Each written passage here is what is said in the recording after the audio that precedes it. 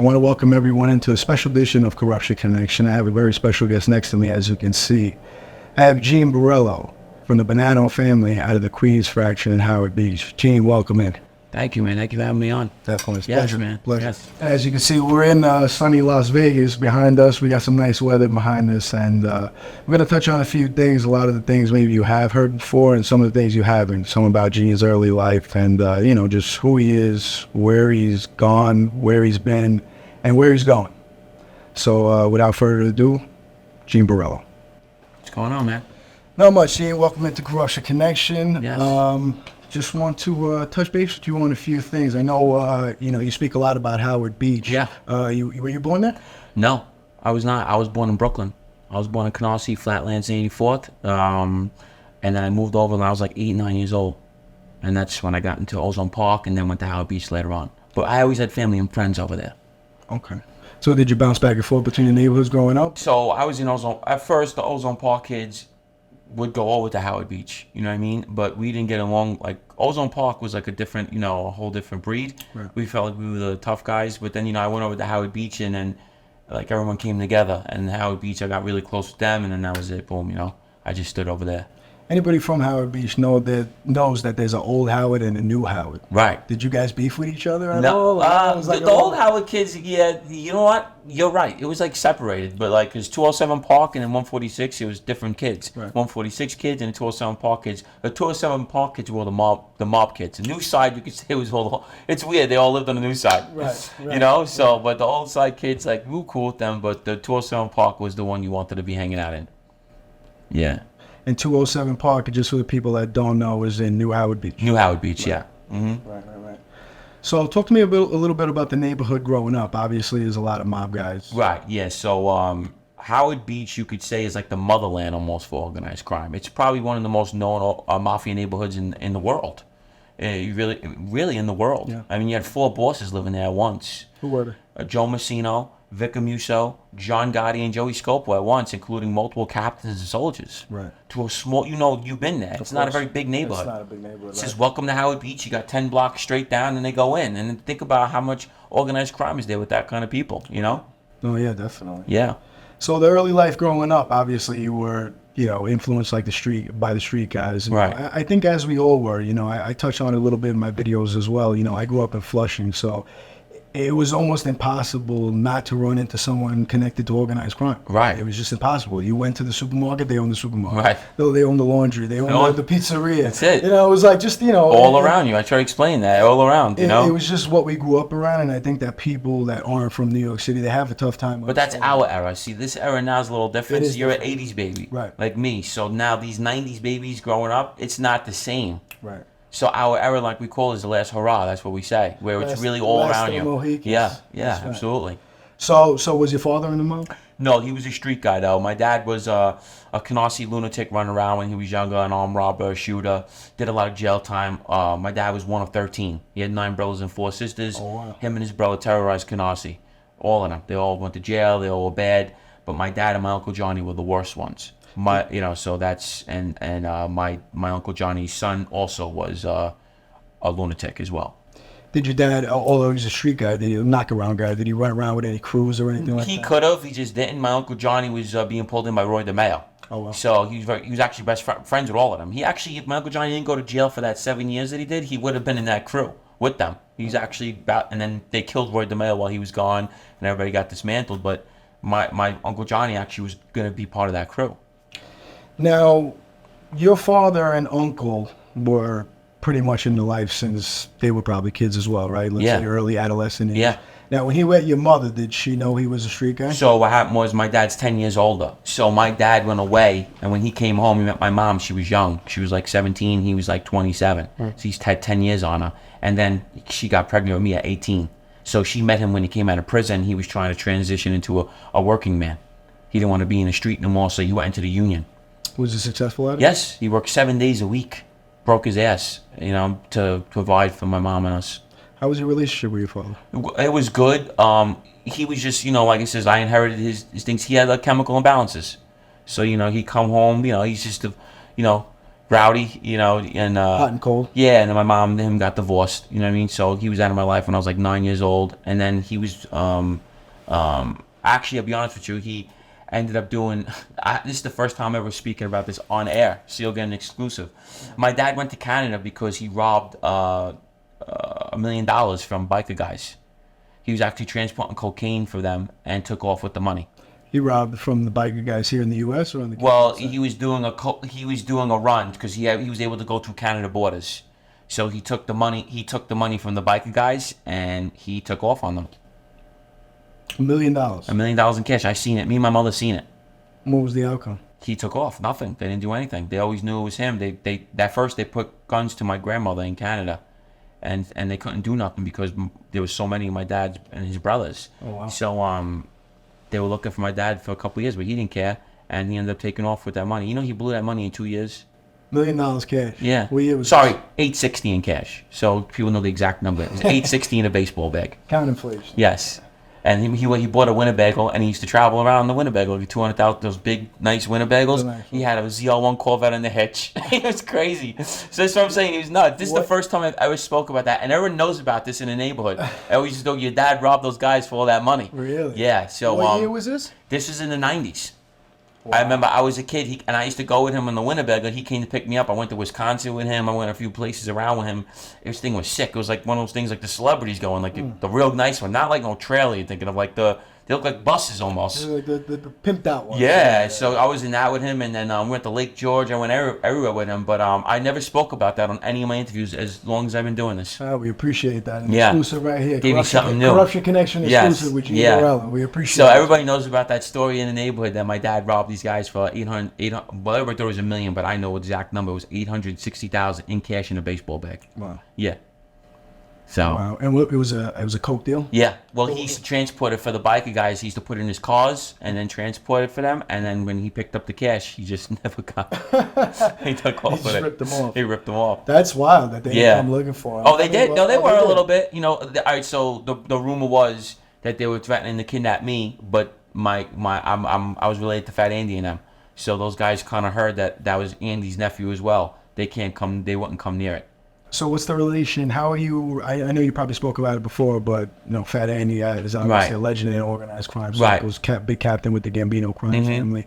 How are you related to him? So my grandfather and his wife are brother and sister. Your grandfather. My grandfather, and Fat Andy's his wife, brother and sister. So his sons, my second cousin, my Right. mother's first cousin's kids. He's my great uncle. Oh wow. Yeah. Yeah. So the family ties are deep, Yeah. huh? Yeah, and I've heard you say before, go into the reasons why you eventually went to the Bonannos, and we'll Right. talk about that after. Right. But you think that the outcome would have been a little bit different for you had you had went with the Gambinos? Yeah, absolutely, because I went with a violent crew. The Gambino crew I was going with was non-violent. I never would have been facing the time I was facing. Yeah, but knowing you, do you think you would even fit in that crew? You're a violent guy. I didn't fit in. That was the problem. You know? I love. You're I'm a gonna young, say, active guy. What do you I'm think? gonna say some things. I love the Rocker Are they 40s. going to put you in a union office? Yeah, What the fuck are you going to do? I love the Rocker 40s. I got along with Al Trucchio, but I love the Frankie Rock and Mikey Rock are very close with my family as well. And he was trying to grab me from young. And I just says, Rock, I says, this guy tried to kill me. Like, you shot my friends. Like, I'm killing this guy. And then Alan's like, no, God, he was not that type of guy. Right. So the other side was like, kill that motherfucker. You know what I'm saying? Like, fuck that. We got your back. Because I was floating. Because I was Right. best friends with Bobby. And Ronnie's like, go ahead. Do what you got to do. We got your back. You know what I'm saying? Because they wouldn't take my back. Of course, that sense of camaraderie, the loyalty that'll put anybody Yeah, over. yeah. And of plus, course. the guy I was going after, his father was a wise guy with the Gambinos, but deported. Oh, wow. He was part of the Pizza Connection. What was his name? Phil Galena. Phil Galena. Yeah, his father got deported to Italy, couldn't come back to America, so that's why they were kind of like not getting involved. That was the problem. So going back to, we spoke about your dad driving you around the Winnebago. What age were you when this happened, more or less? 10, 11 years old. 10, 11 years old. Mhm. So then, let's say, okay, 10, 11 years old, 12, you're now back in Howard Beach. What school did you go to? So I started off in Canarsie in PS 276, and then I worked my way to PS 63. I got kicked out of PS 63, and I went to PS 60. And then from PS 60, I went to junior high school 210. 210. And then high school, or? Yeah, Richmond Hill. Oh, you did Richmond? Only for a year and a half, basically, and then I quit school. Yeah. Yeah, it wasn't for me. Yeah, Yeah. I can imagine. Especially with nobody checking on you. They have the truancy officers over there? Yeah, Like not the really. Not really, right? Nah. I remember, I went A little bit. John Adams had it more, though. John My friend Adams. John Adams, they used to mess with him over there. I went to Parsons Junior High School. It was like talking like the Flushing Jamaica border right there, and I Right. swear we had this little security guard, a little Spanish lady, and she used to literally just stand there, and watch us walk right out if we wanted to leave. Didn't give a shit. Didn't give a shit. Yeah, you know. Shit. That's the way it was Different era. back then. Yeah, There was no 100%. cameras. Yeah. People No don't cell understand. phone. It's just, now everybody can do this. You know. You have to be under the idea that you're being recorded 24/7. You are. Everybody has a Yeah. camera. There's a camera on every building. Absolutely. Back then, it wasn't like that, And I think, especially this generation, they can't fathom, they can't understand what that is. No. Like you could actually get away with shit. Hell There's yeah. no cameras, Yeah. you know what I Think mean? about the 70s, how much shit they could do. Oh, even way. Come on. Back then, it was like Yeah. open city. Open season on anything, yeah. Absolutely. Everybody, Yeah.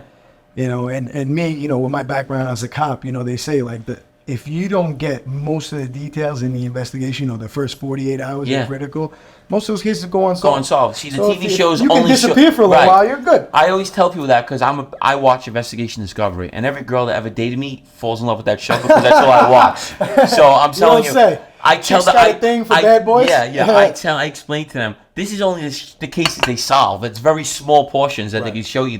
It's thousands and thousands of unsolved cases. You know what I'm saying? It's way more unsolved. Absolutely. Going back to the early life now. So now you're out of high school. You're running around the street. What's a day in the life for Gene Borello, age 16, 17, getting out of high school, dropping out? So yeah, I was trying to get into the drug game. So there's a kid named Anthony Russo, Hootie. Everyone knows who he is. And he was with Al Trucchio's crew and them, but he was a drug dealer, a big drug dealer at the time. And I would go to him. What kind of drugs was you selling? Everything. He had access to everything. And I would go to him, and he would give me small things at first, like weed, and then people would come to me, yo, I need Vicodins. That was a big thing back then, the Vicodins. Yeah. But he had hundreds of them. So I started selling them by the hundreds, but the violence was kicking in with me. You know what I'm saying? And Woody used to tell me, you can't be, because I'm like, oh, this guy owes me money. Business, I'm going to stab him. No, come on. I was going that route because my family, my dad's side was really nuts. They're wild, and I had that in me. I had that blood in me. Right. And my mom's side, same thing. So I had this violence in me, this rage, I could say, that I didn't tolerate bullshit. Right. And it fit good for organized crime. You know what I'm saying? Later on. You kind of got to be that way, though, in where we grew up in Queens. Right. Everybody tests you wherever you go. Everybody says, oh, look at these Right. nice tree-lined streets or whatever. Don't get it fooled. You But- walk down the street, Right. what are you doing, where you from, what are you, the who, what, where, when, why. kind of Absolutely, thing. but You know what I mean? the problem with me is that all my friends were tough, but my violence was different. I kept crossing lines. Right. I was going over to the weapons, and that's when it gets, people get nervous with that, and that's when people become very scared of you. Because I wasn't a great fighter. I'll fight you, no problem, but they knew I'd do something really vicious to you. Right. And that's when people don't want to deal with you. Of course. You know what I mean? And it also hurts you for business as well. Because guys are like, I don't want to borrow money off this guy. I'm not looking to get shot. You know what I'm saying? You know what I mean? It can help you and hurt you in the same way. So, that was me, my upbringing. So I kept on going from 16, it started getting petty. Then it started getting locked up for assaults.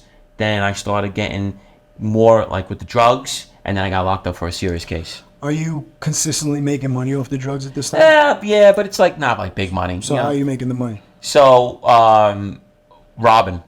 Me and my partner Bobby like to rob. We were armed robbers. Who are you robbing? Oh, drug dealers, anybody. Street people. Street guys. Did you rob any legitimate people? No, they tried to put that on me because they to make you look bad. But Of course. no, I never did. We were robbing. We were targeting card games and all shit like that, drug dealers and stuff. That's who we were robbing, basically. The guys who really don't Well, run. The guys who don't run to the police. I'm not gonna lie, we would hit jewelry stores. That's the only thing. It's the only thing I can say where a civilian might have got caught up and was jewelry stores. That's the only way. When you say caught up, you hurt them? No, but just tied up, maybe. Just tied up, Yeah. whatever. Yeah. So we talk about that. What was the extent of that robbery? When was it? Give us the details. We hit a jewelry store. We hit 3 jewelry stores in Long Island in the same area, and we ended up tying up one of the remember the owners. area in Long Yeah, Franklin Square. Oh, wow, okay. Yeah, It's not far Phillips. It's not far from Queensboro. Yeah, Right there. the jewelry store is called Phillips and Sons, and we actually got a tip from Noah Jeweler. He gave us the score that the cameras didn't record, and So wait a second. friendly competition, or like this guy he was just a knock-around guy that was around. He had a jewelry store? We had a guy named Joe DiCario. He was with Ronnie, and Ronnie came home. When the guy came home from Ronnie told me, this guy's with us now. Start doing things with him. I said, all right. So he gave me his scores to help. Well, there's a lot to go into, but he gave me this score for this jewelry store because he had a guy named Teddy giving us the tips about these jewelry stores. So we knew we could walk in there, and the way we did it, and robbed him in broad daylight, tied him up, and took the whole store. What was the outcome of that? Oh, yeah, we got a lot. I mean, not a lot. We got like, I don't know, 500,000 in gold, but you don't get that, you know. And like I said, that's a lot for a score. No, I'm saying we don't get that. You know what I mean? What was your end? I think it came out like 70,000. You know, it's pretty nice. And how old were you? At that time, 26 years old. So that was, that was later on. But the first jewelry store I hit was in 2005. That was in Manhattan. How old were you then? 21. Tell us about that one. Oh, that was a crazy one. It was like fucking. So basically, the jewelry store was hooked up to a hotel. So with the, those doors that spin. The revolving. So you could basically go into the revolving door, and the jewelry store door was right there, and the security was back there. Okay. We literally did a smash and grab. This is like one of those Park Avenue buildings. Yeah. But they lied in the paper. I always say they we took like $2 million and stuff. It was only $1 million. They tried to get more insurance money. Yeah. So we looked in the paper like, that's not true, bro. And because we added up, it was $1 million in jewelry. But I was young. We kind of got screwed on that score. So what does a 21-year-old, 22-year-old do with $1 million worth of jewelry? Regardless, you have connections. So you have to bring it to a fence. No, you have to bring it to a fence, and it's not like the movies where they have the cash waiting for you. You gotta wait. Yeah. You get dribs and drabs. You know what I'm saying? So that's how it really operated. Things like that. That's how it's coming up. And we were doing burglaries. When you say we, who was on that smash and grab with the me and my cousin Joey at the time. Joey was a nut. My other friend Ryan, he was a street guy. He's out there still. Bobby G, like that. My little robbery team I had then. Yeah. Did you guys ever go out of state to commit any robberies? No, they accused. So this is crazy. I know somebody was a part of something in North Carolina. They were investigating. It was like a murder robbery, but it turned out not to be us. They thought it was us. Right. You know what I mean? A drug dealer owned StripClub. He was robbed and killed, and they thought that me and my team were responsible for it, but we weren't. Yeah. So how did they try to charge you for it? No, but they came up and they thought my partner Ronnie Mans was a part of it, and I actually thought he was too, but he wasn't. You know what I mean? So that came up, and I hear you speak a lot about Ronnie Mans in your interviews. Is he still out there? Yeah, he's still out there. He's still out there ripping and doing his thing. I don't know if he's doing that, but he was a rough, tough son of a bitch. I can tell you that. Is he already around? No, he's older than us. So he was born in 1972. Oh, he's an older. He's an older guy. Yeah. Interesting. I didn't really. He was my robbery partner for a while. As much as I've been around that area, the Ozone Park. Right. Me and him robbed AD. We were talking about it. Oh, okay, we were the one that hit it. He actually, AD was his connect. That's how we got to know AD. I don't know these guys. So he was giving me we were getting all these scores from him because he was a drug dealer, Ronnie Mans. But he liked to rob as well. And Ronnie Mans had 2 guys with him that were real bad, but they ended up going to jail for murder in Florida. Yeah, AK and another nut. He had some nuts with him, but they were gone. And then Ronnie's like, yo, listen, I do scores. I'll give you scores. And that's how we hooked up. You know what I mean? Mm-hmm. And he gave me AD, and we robbed AD. So that was Ronnie's thing? He would rob all his connects? He would get... Well, I'll tell you a great story about him. He did that in 2005 when he came home. He robbed Dominicans for a couple of bricks. And I know this is a wild story. It's in my... I think it's in my book. And he was with a guy named Teddy in the car. And after he robbed them, he was at Stop One. I don't know if you know where Stop One is on CrossBay Boulevard. I do. Okay, so he was Thanksgiving Day. He's in the park. He's sitting there in Stop One. And he sees this pretty Spanish girl. And he's like, oh, wow, just looking at it. All of a sudden, he turns around. Next thing you know, she got the gun like that to his head. He hit the gun. She started firing. Bam, bam, bam. Shot my friend Teddy up. The Dominicans sent the girl down to fucking kill him.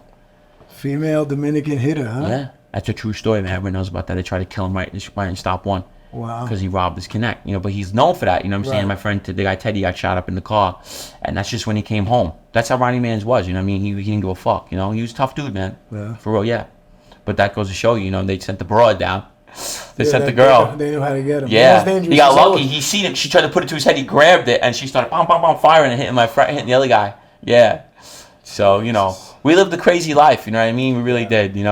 I mean, like I said, I'm from the Flushing side, so I used to hear the stories or whatever. And I'm born and raised there. Right. I bounced around a couple of neighborhoods, usually because of women. Right. Different women, different neighborhoods. I live in Brooklyn for a couple of years, then I'm in Queens. Right. I'm bouncing all over the place. But my family roots were always in Flushing, Queens, and Williamsburg, Brooklyn. That's where Right. That's where I'm really from. So I would hear all the crazy stories about the Howard Beach guys. Right. You know?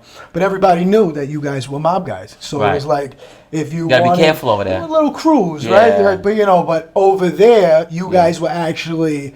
You know who my father is? Oh, Your father yeah. was actually someone. Somebody. It wasn't, Yeah. my Well, father that's the is. famous line in Howard Beach. You know what I'm saying? And then you got to watch out who you get into a fight with over Right, there. that's Because then all of a true. sudden you got fucking carloads of fucking people coming at you. You know what I mean? So. So I mean, going from Howard Beach, and then obviously you branched out into different parts of Queens. You spent a lot of time hanging out in Astoria, which is like the strip club fucking capital of America. Right. Some of the strip clubs in a little small radius there, whatever. You had mentioned Perfections before, right? And Yeah. what was it? What were some other ones you used to hang out at? Perfections. I see. That was Ronnie Mans pulled me into that area of the Perfections and the other one. What's the one in the corner? That we were talking about. Rivieras. I'm more of a hustler club. The Manhattan strip clubs I used to go to, but he pulled me into the Perfections ones. The ghetto ones. Yeah, they were rough. I just told Ronnie, Sin City had me in the Bronx. I'm like, bro, I don't feel safe in here. You know what I'm saying? Yeah, Ronnie Mans is yeah. friends with these guys from Soundview Project, so I became cool with Dollar and Hocus and all of them. So I would go in there with them. They were like, they were like big homies for Sex, Money, Murder. So we would go in there with them, so we were good. You know what I'm saying? It was Soundview, the Pistol Pete crew, all those. Well, guys. we had an incident in there, and I told you I almost got killed in Sin City. Yeah. With a kid named Charlie Rock. He was a you were telling rapper. me that, right, Yeah, right. so I I went to that one. had an incident. What happened was I had a friend of mine named Mike Farina. Mike Farina was best friends with Chink's Drugs. Okay. So he was godfather to his kids. So Mike Farina goes, yo, I'm cool with all these Coke Boy guys. That was like Charlie Rock and them from the Bronx. Right, I don't right, know right. who these guys are. Right. I'm like, okay. He's like, they want Molly. I says, well, I could get bricks of Molly. I says, all right. So Chink's Drugs told him, yeah, they're good to deal with. What's a brick of Molly for going at this time? At this time, probably 11,000. 11,000. Yeah, but I'm like, are you sure we're good? We're going into the jungle, the Bronx. We're going into fucking bad areas. Right. Castle Hill, projects. Tough area. Broad daylight. They're still gonna rob you in broad day. If it is, they don't care. So I got a brand new 750i at the time. I got a gold presidential. I look like lunch meat. You know what I'm saying? I'm like, you sure we're good over here? So my boy Mike's like, yeah, we're good. So me and him go over there with the shit, and it just so happens when we go to meet Charlie Rock, sent two guys down to meet us. But I was locked up with one of the dudes. He's looking at me. I'm like, bro, we were in Green together. I'm like, oh, what up? He's like, Gino, what's up? Da, da, da. I'm like, oh, it's you? I was like, yo, where's the bread? He's like, oh, I got to go upstairs and get it. I says, in my brain, if you didn't know this kid right now, we're getting guns pulled on us, we're getting robbed. This is a fucking true story. Everyone listens to this knows about the story because it gets deeper. So all of a sudden, I said, all right, we're going to wait for you. Never comes back. Now I'm looking at Mike. I'm like, bro, we were just getting fucking robbed. Yeah. So Mike Farina's texting Charlie Rock, like, yo, what's up? What's up with that? What's going on here? Like, Set us up. Charlie Rock basically told him, like, go fuck yourself. You know what I'm saying? Like, trying to, Charlie Rock was a gangster. He's in jail right now. They gave him 50 years. So, long story short, we end up going to Sin City like 3 weeks later. And we're there with Ronnie Mans, my friend James Emerson, who's a tough guy from Howard Beach. I never really talk about him, but real tough with his hands, real known tough guy. And Mike Farina, but we're with these guys, Dollar, Hocus, and them. They're like big homies at the Soundview Projects. So that's why we were always good over there. Now, mind you, when we get in the club, Ronnie Mans is rowdy, just like me, and Emerson. Mike Farina is not. He's a good kid, but he's not really like that. You know what I mean? So we're in the place, and they're like, yo, that's Charlie Rock. I never seen the kid before. Mike Farina's like, yo, that's Charlie Rock. I says, oh, word, that's him? So me and Ronnie Mans approached him, like, yo, what's up, motherfucker? You want to rob her? Right. So long story short, Dollar gets in the middle of us. We don't realize he's with the whole club, this kid. He's a he's in 3 gangs. He's 1090, YG, Blood. This kid got the whole Bronx behind him. Dollar's like, yo, you think Charlie Rock's telling him, yo, we're going to kill you and your friends. They got to leave. Dollar's like, nobody's touching him, so it becomes a politic thing. So what happens was Charlie Rock, Dollar, and them make me go in the back with Ronnie Mans, Charlie Rock, and the kid Farina. And we're like, yo, what was it? Like, what was the deal? He's like, I didn't know I was robbing you. I thought I was robbing him. And he's pointing to who? Mike Farina. So you got to respect it. Like, he's saying what it is. He's like, yo, I didn't know, because now they know the mob guys. Right. But we didn't know we were robbing you. We thought we were robbing him. It's kind of a way. So I was like, all right. It's a street way of saying I But apologize. I'm going to be honest with you. I didn't know it was right, you. Yeah. Right. So I'm going to be real with you. We were dead. Yeah. He was with like 40 dudes. They all got pistols. We were fucking dead, bro. I didn't know that. They I never- had no idea who he was. City was Then a tough it spot. turns out we got cool. I ended up in Rikers Island with him like 2 years later. He's fighting a body and attempt murder on police. And we end up, How blow was it that up. interaction in Rikers Island? It was fine. I was like, yo, what up? Because then, he's like, yo, he was talking about the bullshit. And then he was in Hammond Seg, so I used to see him on the visits, and he was just telling me, he's like, yo, I'm going to trial, and then I was upstairs with his co-defendant, Mook Money, and in the same house as him, and then they blew trial, they gave him 45 years. Oh, wow. Yeah, so, you know, that's a little situation we had over there, you know, like, I was interacting with the gangs as well because of Ronnie Mans, and we almost had that situation where me and Ronnie went after him in the strip club. We didn't give a fuck, but we didn't realize that he was with the whole place, bro. You know, a crazy story, and we would have got killed if it wasn't for Dollar. Dollar was a big homie at a Sex Money Murder in Savvy Projects, and he basically saved us that night and let us squash it that way. Otherwise, we were dead. You know. Now, see, it makes me think, you know, because you know I'm a historical guy, I love history or whatever, you know, and mob history especially. Yeah. So, like, you're telling me this story, and it's occurred obviously in the 2000s. Yeah.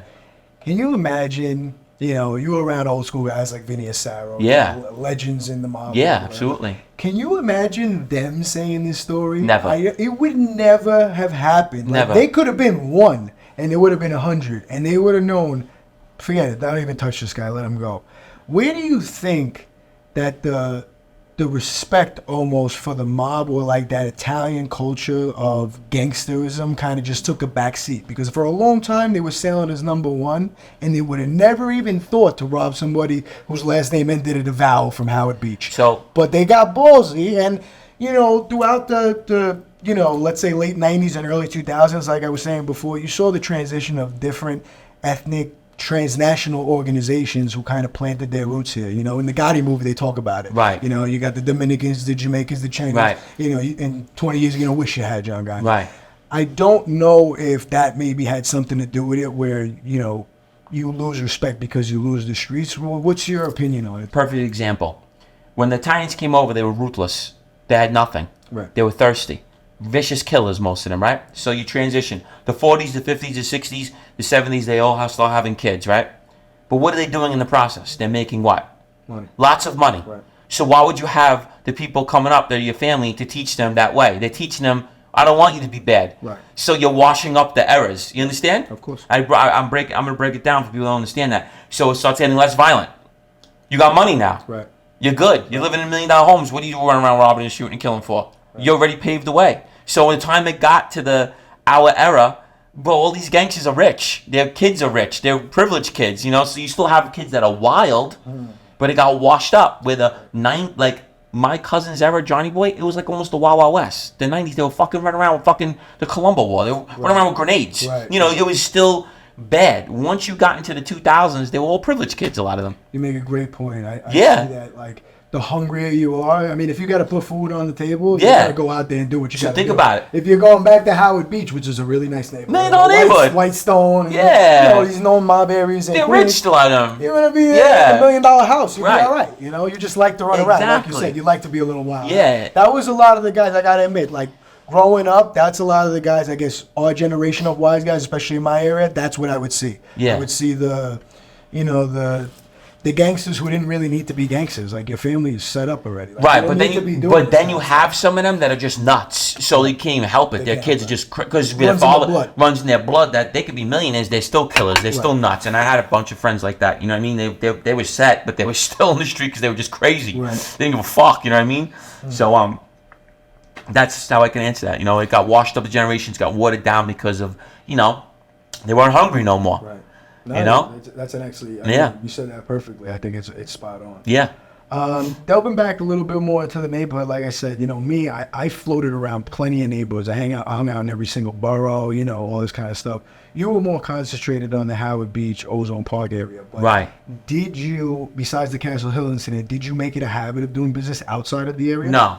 No, I didn't really. No, I really didn't. Any reason? Or usually there's a lot more... You know, you don't shit what you eat, and there's a lot more money outside the neighborhood. Oh, you mean like Long Island? I tore up Long Island. Okay. Drug dealers, we terrorized. We actually terrorized one drug dealer so bad he paid us to leave him alone. His name was Gino. That's a great story ever. He literally contacted, how much do I have to give these guys to leave me alone? We were grabbing his work. Yeah, it's crazy with me and Ronnie Hands. Because we used to do things in high-end cars. So I had brand new Benzes. You don't look like you're getting robbed when you come in the car. We're in a fucking $100,000 car. Right. So we heard this guy was moving a lot of shit, and one of his workers was going to meet us for 10 pounds. We're like, yeah, get him in the car. So he comes in the car, I put a gun right under his throat. You know what I'm saying? Like, yeah, tell Gino, you know, we're not going to start robbing him until, you know, he starts paying, you know, whatever. And then finally he just, you know, We took him, left him in the highway. You know, got another one of his workers again. And then finally he called up somebody. How he says, "What do I have to do for him to leave me alone?"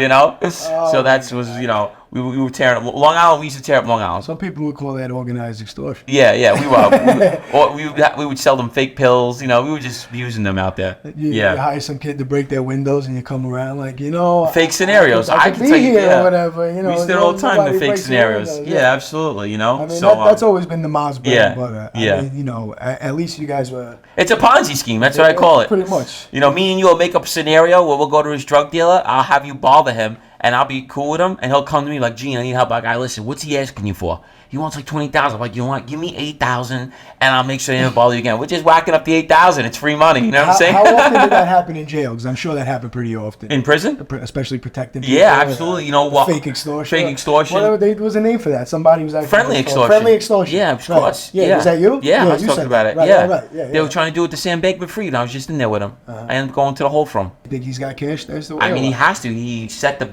largest bail in American history, $350 million. I mean, even if he could get his hand on that money. Well, yeah, he's getting life. Yeah. He's not life. He's going to get 100 years, you know, so what good is it? You know what I'm saying? Maybe his family was already rich. He comes from money. He does comes from huge money. Yeah, so, you know. Like we were saying before, it's just a hobby for him. Yeah, it was. He's another washed down generational that's all it was. Ponzi scheme. Yeah, that's all it is, you know. Yeah. He beat out Bernie. He's the biggest one of all time. Bernie Madoff didn't even steal that much. Yeah, I know. And he's a young guy. And what'd they give Bernie Madoff? 1,000 years? You know what I'm saying? Did you ever have any run-ins or hear anything about Bernie Madoff in prison? He was actually running with the Italians. Yeah, I didn't have no run-ins with him. He was actually tough. Right? He wasn't a punk at all either. I was with a guy that was with him and said, "Yo, he wasn't a punk. You couldn't punk him," and not like that. He was So I wasn't with him though. So going back to the neighborhood or whatever, what were some of the restaurants that you guys hung out in? I mean, some of them were probably still there, some of them aren't. I used to go to Don Pep's a lot. I used to go to Mateo's. Mateo's on CrossBay. Yeah. I used to go to Peter Luger's a lot. That was Ronnie G's favorite spot. You know, stuff like that. Yeah, that was his favorite spot. You know, we were always there. Or the one in Long Island is Peter Luger's in Long Island as well. You know, those places like that. You know. Okay. Yeah. What was your favorite spot that you actually say that you miss from New York right now? Like, because you're not. Philippe Chow. Yeah, that's your favorite? I love it. I love Philippe Chow. You get the chicken satay. Well, I had everybody in LA. Sattés. Wait, listen, fuck that. They used to make coconut martinis, and I used to have everybody drink. The other day I was in LA. Okay. I said, the bartender, I said, "Can you make it?" All of a sudden I had the whole bar drinking them. They were so good. Shit. Yeah, I got it posted on my thing. I had the whole bar drinking them. They were so good. I love drinks like that. So I was, that's why I love Philippe Chow and the chicken sattés and all that. You know, that was my favorite. Those are the best. Yeah. I love those. What's the other one? Julian Club? I think they do like the similar dish. Yeah, yeah, absolutely. They do. Yeah. There used to be the Limelight. Yeah, that was the Limelight. Yeah, right. yeah, absolutely. I was there. Yeah. During COVID, they had outside seating when I was going there. Mm-hmm. Do you remember, so I'm going to go back, because like I said, we're pretty much the same age, and you know, we've spoke about this off camera, so it's no secret. Right. I've run into Gene on the street before I was a cop. We didn't speak or anything like that, but you know, there was maybe a pound involved in the same circles, stuff like that, because like I said before, St. Francis. It's impossible to run into connected guys when you're living in Queens. So like I said, I lived in Queens. Every place I hung out in, like you just mentioned, these restaurants and nightclubs and stuff like that. Same existence. Same exact places. Yeah, I mean, like I said, you know, and I stated it many times, you know, when you grow up in these certain areas, you're gonna cross paths with people. Of course. You go to the same pizzerias, you go to the same nightclubs, the same restaurants. You know, you might see something, hey, so and so's birthday, we're gonna go out for dinner, and you might be with your family and run into a whole bunch of people. You know, that's the way it is in New York City. Yes. As big as it is, it's very small. Well, yes, and in the country, it's like that. Never mind the neighborhood. You know what I'm saying? Exactly. You know. Hey everyone, I'd like to thank you all for the continued support. If you would like to support the channel further, please hit the super thanks icon, which can be found below each video or in the comment section below. If anyone is interested in becoming a connected member, click the join button to gain access to rare pictures of organized crime figures, untold stories, and exclusive behind the scenes footage from this interview and others. Thank you. Now let's get back to Corruption Connection. But you being from Queens, where'd you get locked up mostly? What precinct? 106. 106. So or the 102. So they brought you there? Yeah. So tell us a little bit about what your experience was like on your end, because I saw it after when I became a cop. See, there was always shit going on. Yeah, so I was in and out there. A lot of times I get locked up. I'm only in there for. I always had a good attorney. You know, my attorney, they get me right out on bail or whatever it is, ROR. But you're one of those guys who went to the first cell right away. Gone out. But if like when I was 18 and I got there, I thought I was getting bail. They gave no. We had the worst judge in Queens. I'm sure you heard of him, Judge Wang. The Chinese guy. Yes. He's a known guy. 50 Cent talks. 28 will talk about him. He gives a lot. That was my fucking judge. Yeah. He was on. He does not like drug dealers. And me and my grandpa had a A1 felony, and he gave us no bail. No bail. Remanded us. Jeez. So then I had to go into Rikers Island, and that's when everything changed. That's when it starts. Yeah, I learned about prison, jail. What age? What was your first age in Rikers Island? 18 years old. 18 and adolescence. It was a fucking shit show. And they put you with everyone at that age, right? Yeah. You're 16 to 18. 16 to 18. 19, you become an adult. That's back then. I don't know how they do it now, but this is 2003. So that's how it worked then. Did you ever go to Spofford? Was Spofford No, I did around? not. No, why? I should have went to Spofford, but it was around when you. Yeah, but right? I got community service on these charges. I had a good lawyer. Yeah, I had assault, weapons and things and stuff like that. Community service? All over. Fucking Bayside, everywhere. I was all over. The highways yeah, the and all that highways. Yeah, oh yeah. I had like 45 days one time. It was horrible. I'd be in the fucking van, some of them were cool, let you sleep. You know what I'm saying? You got to report right in front of the courthouse. Yeah. If you miss that paper and they close the van, you're done. Yeah, you missed the day. Yeah, right? yeah. Yeah, that would suck, man. I did a lot of community service in my day. No, I can imagine. I can imagine. So then, I guess in the criminal aspect of everything, you hit the big time, right? Yeah. Right. So how long was your first stint? So I did 18 months, my first stint, and I learned quickly that I was only like everybody's black and Spanish in there. Right. Yeah. So right away, when they started to learn that I was Italian, they liked that, But if you're a regular white boy in there, you're gonna have a lot of fucking time. They picked up right away. I did get fights in there. I got my teeth chipped in there. It's still permanently fucked up right now. I get it fixed all the time. I got jumped in there, but then I started becoming friends with all the gang members. You know what I'm saying? Italian kid. And you held your own. Then they don't consider us white boys. Yeah. It's a different breed. Yeah. And then I became cool with them. Then I turned adult and went to C73. Right. And that's the famous. Yeah. I was in C73, and I was actually in there when Tony Yayo was in there. I didn't see him though on the visit, but he was in the building. He actually did the freestyle from the phone, if you remember. Fucking Shantine ass over the bridge. We were all listening to the radio and going crazy because he was doing it right from another house, from the phone. Yeah. So that was that. Yeah. Mm-hmm. So when you got to the island, like you said, and I've been to the island only from a cop's perspective, it's dingy, it's loud as fuck, it smells like piss, When you get there, you shell-shocked at all or no? In Rikers? Yeah, it was really, really wild, bro. And then after, let's say... You gotta adapt. You have to adapt because I'm telling myself, I'm stuck here. I'm remanded. Like, I got a kilo case. I'm doing time. Like, this is my life. Like, I gotta adapt. See, well, like you said, there's crews in jail, and you ran with the Italians. Was there a significant Italian crew at Rikers Island at the time? No. So I ended up with, like, the gang members. I got cool with them, and I got cool with, like they call them neutrals, 550s that were in there. There was really no Italians in there. What gangs were running Rikers Island? Bloods, mainly. See, the Crips couldn't live in there at the time, but there was a few of them that would sneak in, but mostly Bloods, Latin Kings, Batias, Trinidadios, Dominican gang. That's it, really. Those three mainly when I was in there. I mean, when I was growing up, like I said, I'm about a year or two behind you, but I remember the Latin Kings being a big force on the street, and then they just fucking disappeared. Drug addicts, they all became. They just disappeared, man. That was my biggest beef on my last beef. I used to fight with them all the time. On my last stint in 2014, I hated them. Really? I used to fight with them all the time. I mean, that was later in the years, after the whole King Tone kind of left. Back then, they were official. When I was first in there, they were rough. Yeah. They were rough. We used to call them...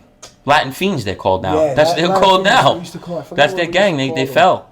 Burgers. We used to call them burgers because we used to hang out in the Main Street Burger King by Roosevelt Avenue over there. But Chicago, they're no joke. That's different though. Chicago Latin Kings. I was with them. They're serious, bro. The gang culture in Chicago is like LA. Yeah, that shit ain't going nowhere. Right. New York is very wish-washy. Right. A lot of cliques now. Yeah. Oh my God, you have no idea. There's so many new gangs. I don't even know what they are. Right. I mean, look at the Trinitarios, like you said. They came with. They're no joke, bro. Wave, bro. They're no joke, bro. They came in a wave. Them Bronx kids are different. There's some in the water over there. I don't know what it is. I swear to God, they're just like the worst. Every time I'm locked up, the worst kids I know are from the Bronx. These gang members, they're fucking nuts from out of there. Yeah, they don't give a shit. Mm-hmm. And that comes. it really comes from, like we were saying, the cultural background. Yeah. They're not washed up. They're listen, washed down. They're the ones that they come in starving. Most of the guys they come with both hands and they grab everything. All the big set leaders are from the Bronx, from the Bloods and these areas. It's all come out of the Bronx. Absolutely, they're all from the Bronx. These gangs, the leaders at least. Yeah. About the Bronx, huh? Yeah. Yeah, Bronx is no joke. You know, I mean, even today, I'm sure it probably leads New York City shootings and murders. 100%. It's insane over there. Competing with a few neighborhoods in Brooklyn, but Brooklyn's all gentrified now. Yeah. Brooklyn is. Well, East New York is still really bad. They were saying stuff like that. East New York, Brownsville, Flatbush. But the Bronx is bad. Yeah. Like, that's just what it is. Yeah. I mean, well, see, how did that transition into jails? Like, so when the streets change, does that have a direct impact on jail? Who controls the streets? So like we were saying, when we were growing up, you've seen a lot of Latin Kings, Crips, Bloods, Nietas were big back then. They didn't exist anymore later on. You didn't see Trinitarios really. A little bit. Like you said, Washington Heights Bronx, you saw them. And DDP was another one. Dominicans don't play. I didn't really interact with them. I didn't know. They kind of, you know, they kind of just came in like a wave, and all these other guys, all these other sets, these bigger gangs kind of just moved out, right? Right. Paved the way. Huh? Yeah. Rikers Island was mostly Blood. And you had Latin Kings there as well, but I'm saying mostly Bloods. So how many stints? Okay, so you go from Rikers Island, and then what's the next stop? I go home for a little while, and then I catch a 3 to 6 shooting. What was that about? My dad got jumped at a bar. They hit him in the head with a hammer. This guy named Johnny Cookies Lounge. On CrossBay. Cookies. Yeah, okay. I went out there and lit the place up, and I got caught with the gun and everything. Got 3 to 6 years for that. Right in front with the gun, you got caught? Oh yeah. Oh, well, I ran from them. They got me a couple blocks down. Blue and white, so the detectives. No, they were actually just happened to be called for my dad, because there's someone called for my father being laid in a puddle of blood. He was laid out, and then they called for him. And the time I got there, I was bum. They caught me firing. I ran. Who was the guy that did? Dwayne Francis was the cop that chased me down. He's actually worked over there. He was a rookie at the time. Yeah, and he sold somebody in Howard Beach because he's the patrol there. That was the scariest moment of his career. Really? Yeah, he just started seeing some lunatic firing down the fucking street, and in Howard Beach, and I ran from him. You guys were the only shooters really around there. Besides that, like I said, it was more concentrated towards the Ozone, Jamaica Avenue. Right. You know, nobody's doing that. You know what I'm saying? Ozone Park that way. We were playing with Howard guns. Beach, it was only you guys. Yeah, we were playing with guns. Yeah, you know what I mean? So. Yeah, that's wild. So then, okay, you're back home. You go 3 to 6 now. Where are you serving that? So I did Rikers Island for 10 months, and then I went up north. I went to Lakeview Annex, Lakeview Shock. I knew they weren't going to take me. They just put me there. And then I went to the Annex, and they put me in Groveland. Then from Groveland, I went to Green, and that was it. I did like 48 months. And so how was the transition between all those prisons? Like you said, in Rikers Island, you were on your own, I'm guessing. Right. Was more of an Italian population up there, or no? Yeah, it was, but, you know, they put me in Groveland. That's like Redneckville. You know what I'm saying? So there's a lot of guys from that area. Okay. So, but we had a few Italians. I ended up meeting Frankie Pasqua in there. Frankie Pasqua was a fucking nut from Staten Island. We're still friends to this day. He was follows Lucchese captain. He's doing time. They own VIPs and Lace, the strip clubs in the city. They were all connected. Me and him got there. Oh that's his father. That was his father's place. And then me and him got real close. And what happened? The problem was that jail was a sex offender jail. Just so happens we got transferred in there, and we were torturing them in there. And then we ended up doing a piece of work for my Gambino friend and cutting and beating somebody up in there. And then he got shipped out, and then I ended up getting shipped out to Green Correctional. Green Correctional is just like Rikers Island. You know? Thing. Yeah. Adolescents at war, you know, so I ended up going in and going home from there.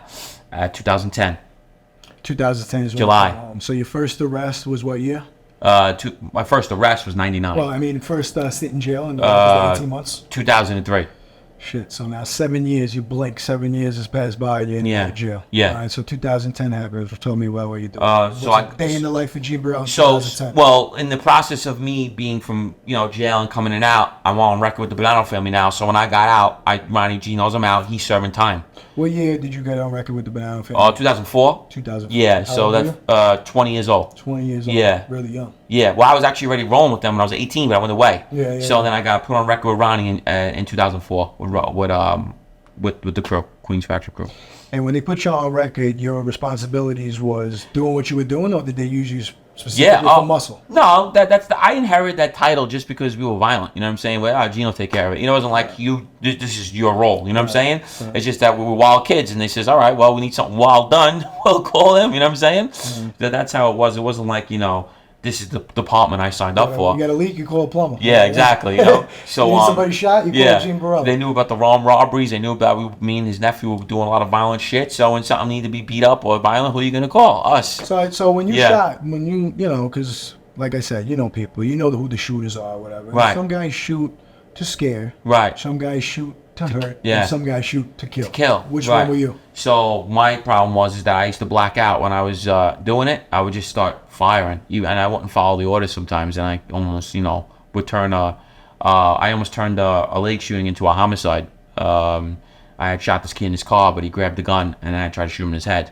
Really? Yeah. So that was one of my charges. You know what I mean? So I could easily, that was 2011. We wouldn't be having this conversation. Right. Well, yeah. I ended up blowing his head. Tough one. Yeah. So I ended up was supposed to only shoot him in his leg, and he grabbed it, and I tried to blow his head off. I tried to kill a few people. What was your weapon of choice? I like small, 380. I love 380s, 38s, and sometimes when I'm going to clubs, I always had 2-shot Dillingers on me. The little 2-shot. But I had a 350. Yeah, but I had a 357 2-shot Dillinger. See, it's small, but it's shooting 357 bullets. So you're not getting hit with a 22. You're getting hit with a 357 bullet. Fucking put a hole in it. Yeah. So, so I was violent with the guns. Where'd you get your guns mostly? Mob Connects? Hell yeah, all over. Far Rockaway had them for me. These guys had. Anyway, I used to tell anyone. Were they Mafia Connects? Yeah, no, not always. Just I put the word out. Anyone got a gun for sale, I'll take it.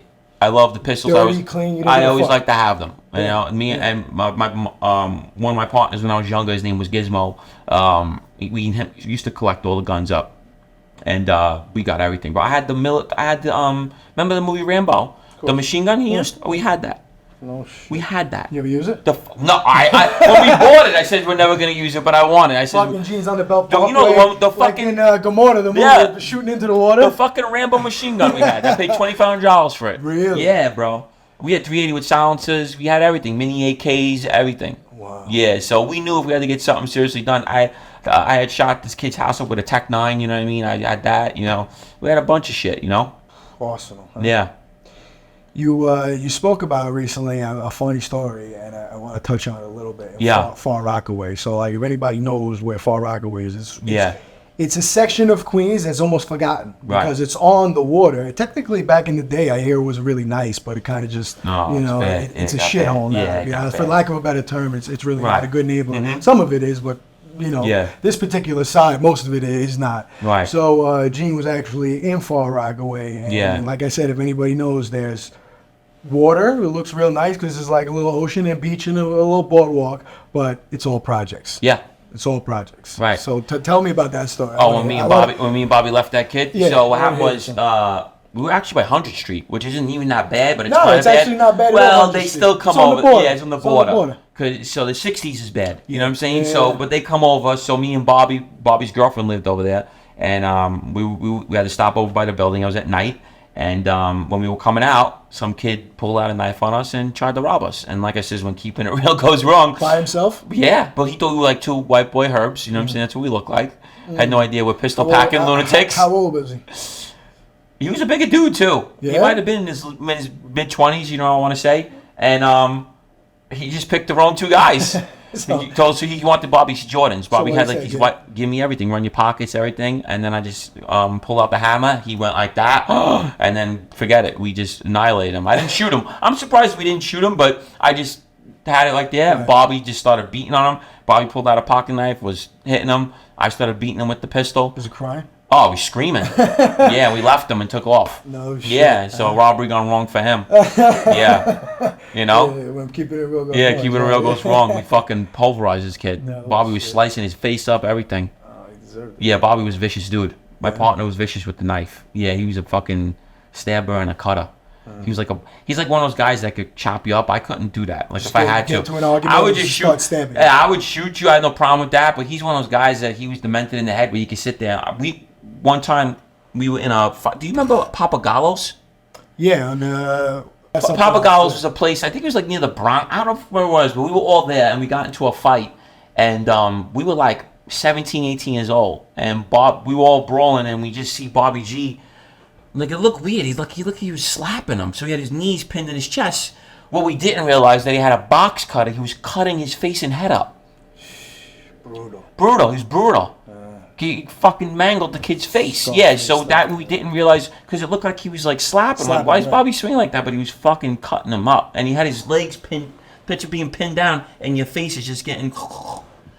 Yeah, so... And this is just a regular night out drinking? Yeah, he was brutal, bro, with them knives and razors. He was nuts with them shits. Yeah, he was like a vicious dude, Bobby. You know, his wife actually calmed him down. If he didn't meet his wife when we were really getting bad, he would have been a murderer, 100%. That's wild. He actually botched a hit on purpose because he didn't want to be in that life. He was trying to go into sanitation, and when we were really like bad, Bobby was all about like really hurting you. You know what I'm saying? You know, for another instance, like my little Gotti, the one that worked for me, when he was a kid, he found a bag of weed in the park, brought it to his father. 207. Father came, found out who was selling the weed. So we're all in the park. Now, mind you, I'm related to the Ruggianos, you know, so I was, you know, all right. You okay, yeah. They locked the park down with all of us in it. And searched you. Oh, no, it gets worse. They bring the guy in. They know the guy that was selling the weed. They bring him in. Peter goes, I want you to watch something. He goes, you just want to sell drugs in my park? Wait, listen. And they beat this guy senseless in front of us. We were like 16, 15 years old. I mean, they beat him. Senseless. To a bloody pulp. Grown man. Yeah, big guy too. I'm not gonna say his name. He's still around, but they know, the neighborhood knows who it was. They locked the gates on us. They made us all watch him get the beating of his life in front of us. This is what happens when you sell drugs in my area. That's how they were. So, you know, that family was still strong over there. Right. Then they got washed up later on with the Gotti show. That ruined everything. You know, all that stuff. But, you know, growing up, that's what you had to deal with. This is going Hollywood. Right. It's never... I mean, And we're in Vegas, so right. Look how it turned out for Bugsy Siegel, right? So, I mean, you know... Obviously, you probably still talk to some people in the neighborhood. Yeah, absolutely. What's the rumblings in the neighborhood? What's going on there? Everybody's dying of fentanyl. Every time I call up, my friend of mine that I grew up with is dead of fentanyl. You start with the oxys. And all my friends are dying from fentanyl. All these people I grew up with, girls, Daniel Cavala. I just heard my friend Rob Fichette died. Frankie Rand, who was on our crew, he's dead. Frankie Rock, I love Frankie Rock, he's dead. I just keep naming them. It's Tommy Raya. All the kids I grew up with and hung out with, all dead off fentanyl. See, now, is it them intentionally using fentanyl? I don't know. Laced or what? What are these? You know the people, so what were they doing? Was one guy known cokehead? Was one guy no? This is what happened. The neighborhood fell to Roxy's, and they couldn't afford the Roxy's no more, and they're going to heroin, and it's cut with fentanyl, and they're dying. That's what's happening. You know, Roxy's are very expensive, so it's $25, $30 a shot, where you could get a bundle of dope for so cheap. You know, much cheaper and same high, so now they got to start doing that, but it's cut and they're all dying. I mean, I'm not exaggerating to you. Howard Beach is a little dot on the wall. Probably like 30-something people died from there in like the last couple of years from fentanyl. Right.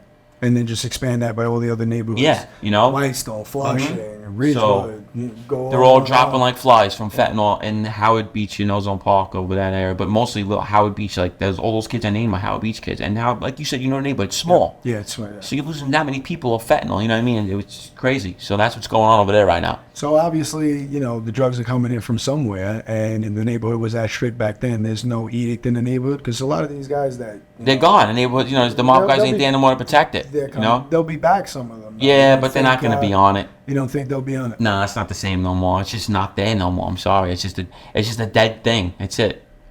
Now, a lot of people could argue and say that, when you were out there, it was already dead. No. Not the way we were running around. Well, that's where the argument comes in, where, let's say the 70s and 80s guys were violent street guys. Right. However, 70s, 80s, early 90s guys were violent street guys, but were also very capable in unions and racketeering, that kind of thing. Right. Whereas the 2000 mafiosos were a throwback to the gangster days of Lucky Luciano. Those guys fighting for the city and shit like that. Hoodlums, thugs, 100%. Yeah. So being that you were, you grew up in Howard Beach and around the mob, do you think that that's the reason you were maybe going to be formally inducted into the mob? Do you think that if you grew up in a different neighborhood, like let's say you grew up in a Spanish neighborhood, would you be a Latin king? I don't know. You can't call it. Because I think, what? Were you always looking to be a part of an organization? Yeah, I think I just had a criminal mindset. So I think wherever you put me, I would have been in trouble. You know what I mean? That's just the truth of the matter. Now going forward with talking a little bit about you actually getting your button. You were proposed for membership? Yeah. Official membership? So Vinny was trying to get me in before, because he knew he was going away. His cousin Gasper had a wire on when he was getting locked up, and he kept saying, I'm leaving. So he had went to Ronnie and says, if you want to get Gene done, we got to do it now, because we're all going to jail. So Ronnie says, yeah, I want him in, but here's the problem. If he gets straightened out right now, he goes on my list. I got this guy, I need him in the street right now. He does everything for me. You know what I'm saying? Like, that's it. We got to wait. What do you mean by the list? So when you get straightened out, you go on a list. And that means that Ronnie can't, there's a list that Ronnie will get on federal probation. You can't be near any members in the family. I'm with him every day, 24/7. So that hurt me, you know what I'm saying? And he's like, and then when they left, he became skipper, and he goes, don't worry, I'll get you in, just wait, we got no structure to straighten you out. And then I got locked up, So that was really it. Everyone knew I was the next in line. They could talk shit, but everybody knew I was the real bad guy up in that neighborhood holding shit down, right. From my time. You know what I mean? So, I know what I was doing, and a lot of kids I still talk to go, come on, every time you heard a gunshot go or something happen, it was Gene. So, in that era. So how are you going to sit here and say that it's lies? You know what I mean? Right. So that's it, No, without a doubt. Yeah, I mean, I feel like the whole world in general has just changed so much within the last, 10, 15 years. Yeah, it did. The whole world went, upside down, People get so offended over so much shit. Oh, yeah, you can't say nothing no more. Well, I don't care. I say what I want. Thick skin, People got no balls, Yeah. It's just my opinion, We could sit here talking another 2 hours about that, but, I think that's what's so interesting about just growing up in New York City. You know what I mean? Look at us, just two guys sitting here, whatever, pretty much coming from similar background. Right. I'm half Italian on my mother's side, but the mob influence was always there, the street influence, the gang influence, right. and it's alluring when you're young. You know Absolutely. what I mean? The money, the girls, everything. Yes. It's everything that they say, the cars, the money, the girl. Yeah, what young guy doesn't want it? To be honest with yourself. I mean, to this day, I still like to dress looking good. So can you imagine when I was 16, 17? Yeah. Everybody's wearing Rolexes where I was from at 16, 17, because they're driving brand new cars. You couldn't compete. Yeah. Some of the guys that I went to the high school with, 17 years old, just got their license, brand new BMW. Oh, yeah. That's all my friends. That's all the kids you hang out with. Absolutely over there. So, I mean, I mean, coming from personal experience, I could definitely understand, how you went, left and I went right, or, right, left, whatever you want to call it. I guess you could say I had 1 foot in the street and 1 foot in society. Right. You immediately jumped 2 feet into the street and just went. Never looked back. Never went back. Yeah. Mm-hmm. Yeah, I mean, it just goes back to what we were saying in regards to, how you grow up. I think that, early adolescence definitely has a major impact on where you go. Like I said, I was 1 foot in and 1 foot out because I had positive people around me. You know what I mean? I did have a lot of negative, and I wanted to be in the street like everyone else. Right. Things happen, and, you gravitate certain ways. You regret anything? No. Only thing I regret, I do regret one thing, not saving the money I made. That's what I regret, because I made a lot of money, and I went through so much money during the street life. I just blew it, I wasn't smart with it. There's a lot of criminals that I know that were very smart with their money, and they're millionaires today. I'm supposed to be a millionaire, you know what I mean? Like, from the street. You know what I mean? The things that we were doing, and I wasn't. I blew. A lot of money went through your hands. Yeah. Oh yeah. Yeah. Just in scores alone, we took millions. You know what I mean? So see, that being said, if it was for you, it was about the money, the fast life, and all that stuff, but you weren't thinking past tomorrow. No. Now your life's a little different. Yeah. What's tomorrow for Gene Borello? So right now, my book is a bestseller. They're trying to. What's the name of the book? Born in Life. It's based about my life and everything, and all my stories that I tell and everything, and now it's in the works of trying to turn it into a TV show. Nice. Which it's not even in the works, it's happening, should I say. So we're just trying to figure out, how they're going to do it with me to write the pilot down and get it all situated. It's happening now. So when do you guys have a release date yet, or no? So we're trying. The people that I'm working with are trying to get it done fast because they really like the idea. They're really on it. They're really believe in it. So I think we should be filming by June. Yeah. That's awesome, man. Well, I definitely wish you the best of luck with that. Look at this or whatever. Two guys from Queens who went totally different directions. Absolutely. And wound up back in the same place here doing in the podcast. Yeah, absolutely. YouTube documentary world. Yeah. Well, I think this has been a great interview. Whatever. Yeah, I want to definitely. thank Gene for reaching out, whatever, and Yeah, coming. really nice I meeting you, appreciate it. man. It was Yes. nice meeting you Yeah. as well, man. Definitely. Yes. So stay tuned because me and Gene are actually going to go for a walk and talk. That's going to be coming out real soon. And we just want to congratulate Gene on his continued success and wish him the best in the future. Thank you, man. As always, I'm your host, Tony Handsome, and this is Corruption Connection. Thanks for watching. I'm your host, Tony Handsome, and this is Corruption Connection.